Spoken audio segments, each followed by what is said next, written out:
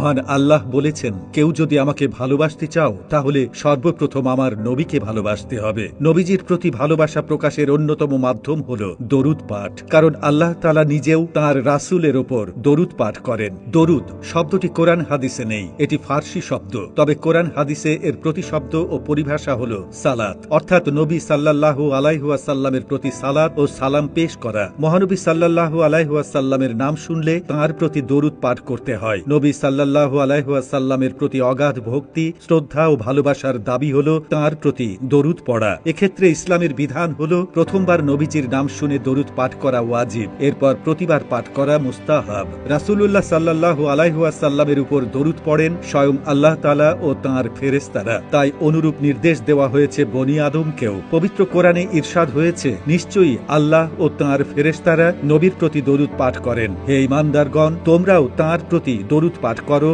এবং বেশি পরিমাণে সালাম পাঠ করো। আলোচ্য আয়াতে আল্লাহ তাআলা তাঁর ফেরেশতাদের সামনে রাসূলুল্লাহ সাল্লাল্লাহু আলাইহি ওয়াসাল্লামের প্রশংসা করেন, আর ফেরেশতাদের দরুদ পাঠের ভাবার্থ হল তারা মহানবী সাল্লাল্লাহু আলাইহি ওয়াসাল্লামের জন্য বরকতের দোয়া করেন। সংক্ষিপ্ত আকারে অল্প সময়ে পাঠ করা যায় এমন একটি দরুদ হল সাল্লাল্লাহু আলাইহি ওয়াসাল্লাম। এটা পড়তে খুব বেশি সময় লাগে না, আবার কোনো কাজ বন্ধ করেও তা পড়তে হয় না, তাই যত বেশি সম্ভব দরুদ পাঠ করা চাই। আর সর্বোত্তম দরুদ হল দরুদে ইব্রাহিম, যা নামাজ শেষে পাঠ করা হয়। দরুদ পাঠের ফজিলত কেবল রহমত বর্ষণের মধ্যেই সীমাবদ্ধ নয়, বরং এটি দোয়া কবুলেরও অন্যতম পূর্ব শর্ত।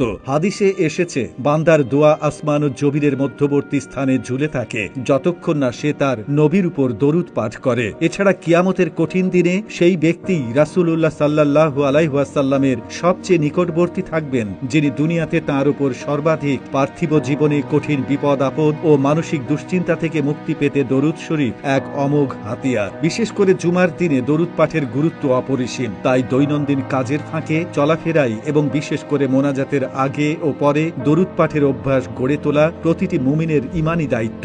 এতে ইহকালে প্রশান্তি এবং পরকালে নবীজির শাফাত নসিব হবে। মনে রাখবেন, দরুদ শরীফ শুধু সওয়াব লাভের মাধ্যম নয়, বরং এটি আত্মিক প্রশান্তি ও দুশ্চিন্তা মুক্তিরও মহৌষধ। হাদিসে এসেছে, কেউ যদি তার দোয়ার পুরো সময়টুকু দরুদ পাঠে ব্যয় করে তবে আল্লাহ তার সব প্রয়োজন পূরণ করে দেন। তাই জীবনের প্রতিটি পদক্ষেপে নবীজির স্মরণ ও দরুদ পাঠকে আমাদের নিত্যসঙ্গী করা উচিত। একবার দরুদ পাঠ করলে আল্লাহ 10টি রহমত নাজিল করেন। এ সম্পর্কে আবু হুরায়রা রাদিয়াল্লাহু তাআলা আনহু থেকে বর্ণিত, রাসূল সাল্লাল্লাহু আলাইহি ওয়াসাল্লাম বলেছেন, যে ব্যক্তি আমার প্রতি একবার দরুদ পাঠ করে আল্লাহ তাঁর প্রতি 10টি রহমত বর্ষণ করেন। আল্লাহ তাআলা আমাদের রাসূল সাল্লাল্লাহু আলাইহি ওয়াসাল্লামের উপর বেশি বেশি দরুদ পাঠ করার তৌফিক দান